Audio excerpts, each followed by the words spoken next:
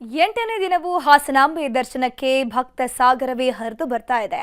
ಪ್ರತಿ ಸರತಿ ಸಾಲುಗಳು ತುಂಬಿ ತುಳುಕ್ತಾ ಇದ್ದು ಭಕ್ತರು ಗಂಟೆಗಟ್ಟಲೆ ಕಾದು ನಿಲ್ಲುವಂತಾಗಿದೆ. ರಾಜಕಾರಣಿಗಳು ಮತ್ತು ಕಲಾವಿದರು ದರ್ಶನ ಪಡೆದಿದ್ದಾರೆ.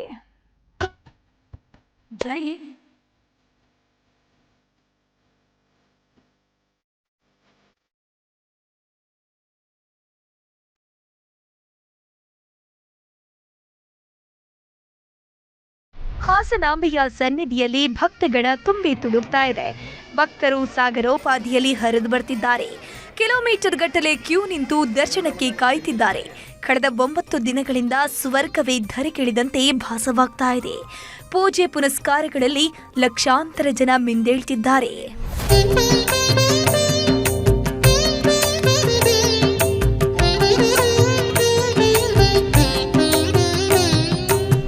ಈ ಹಾಸನಾಂಬೆಯ ದೇಗುಲ ಎಲ್ಲ ದೇಗುಲಗಳಂತಲ್ಲ.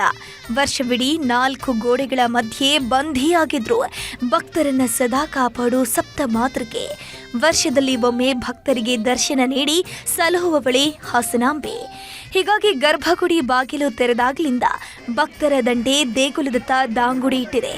ಇವತ್ತು ಕೂಡ ಕೇಂದ್ರ ಸಚಿವ ಎಚ್.ಡಿ. ಕುಮಾರಸ್ವಾಮಿ ಕುಟುಂಬ ಸಮೇತರಾಗಿ ಬಂದು ತಾಯಿಯ ದರ್ಶನ ಪಡ್ಕೊಂಡ್ರು. ಜೊತೆಗೆ ಕೆಲವು ರಾಜಕೀಯ ನಾಯಕರು ಪೂಜೆ ಸಲ್ಲಿಸಿದ್ದಾರೆ. ನಾವೆಲ್ಲರೂ ಇವತ್ತು ದೇವರ ದರ್ಶನವನ್ನು ಪಡೆದಿದ್ದೇವೆ. ತುಂಬಾ ಉತ್ತಮವಾದ ರೀತಿಯಲ್ಲಿ ಭಕ್ತರಿಗೆ ಒಂದು ಯಾವುದೇ ರೀತಿಯ ಅಸಹನೆಗೆ ಅವಕಾಶ ಇಲ್ಲದೆ ಇರತಕ್ಕಂಥ ರೀತಿಯಲ್ಲಿ ಏನು ಒಂದು ತಾಯಿಯ ದರ್ಶನಕ್ಕೆ ಅವಕಾಶಗಳನ್ನ ಈ ಬಾರಿ ಶಿಸ್ತುಬದ್ಧವಾಗಿ ಕಲ್ಪಿಸಿದ್ವಿ. ಆಡಳಿತ ವರ್ಗಕ್ಕೂ ನಾನು ನನ್ನ ವೈಯಕ್ತಿಕವಾಗಿ ನಾಡಿನ ಜನತೆಯ ಭಕ್ತರ ಪರವಾಗಿ ಅವರೆಲ್ಲರಿಗೂ ಅಭಿನಂದನೆಗಳನ್ನು ಸಲ್ಲಿಸಲಿಕ್ಕೆ ಬಯಸ್ತಾ ಇದ್ದೇನೆ. ಏನು ಸಿನಿ ತಾರೆಯರು ಕೂಡ ಹಾಸನಾಂಬೆಯ ದರ್ಶನ ಪಡ್ಕೊಂಡ್ರು.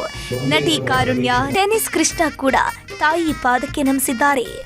ಕನ್ಯೋಸ್ಲಿ ಇವತ್ತು ಏಕಾದಶಿ ದಿನ, ಅದು ಶುಕ್ರವಾರ ಅಮ್ಮನ ದಿನ. ಮತ್ತೆ ನಾನು ಸಿಕ್ಕಾಪಟ್ಟೆ ಶಕ್ತಿಪೀಠಗಳೆಲ್ಲ ಟ್ರಾವೆಲ್ ಮಾಡಿರೋದ್ರಿಂದ ಬೇರೆ ಬೇರೆ ರಾಜ್ಯಗಳಲ್ಲಿ ಹೋಗಿ ನೋಡಿದ್ದಾಗ ನನಗೆ ಯಾವಾಗ್ಲೂ ಹೆಮ್ಮೆ. ನಮ್ಮ ಇದು ಕರ್ನಾಟಕ ರಾಜ್ಯದ ಹಾಸನದಲ್ಲಿರೋದು ತುಂಬಾ ಹೆಮ್ಮೆ. 825 ವರ್ಷಗಳ ಇತಿಹಾಸ ಇದೆ.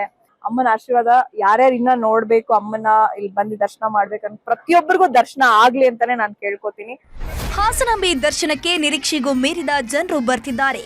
ತಾಯಿ ದರ್ಶನದ ವೇಳೆ ನೂಕುನುಗ್ಗಲು ಉಂಟಾಗಿದೆ. ಪ್ರವಾಹದಂತೆ ಬರ್ತಿರೋ ಜನರನ್ನ ನಿಯಂತ್ರಿಸೋಕೆ ಪೊಲೀಸರು ಹರಸಾಹಸ ಪಡ್ತಿದ್ರೆ 300 ರೂಪಾಯಿ ಟಿಕೆಟ್ ಸಾಲಿನಲ್ಲಿ ಯುವತಿಯೊಬ್ಬಳು ಕುಸಿದು ಬಿದ್ದಿದ್ದಾಳೆ.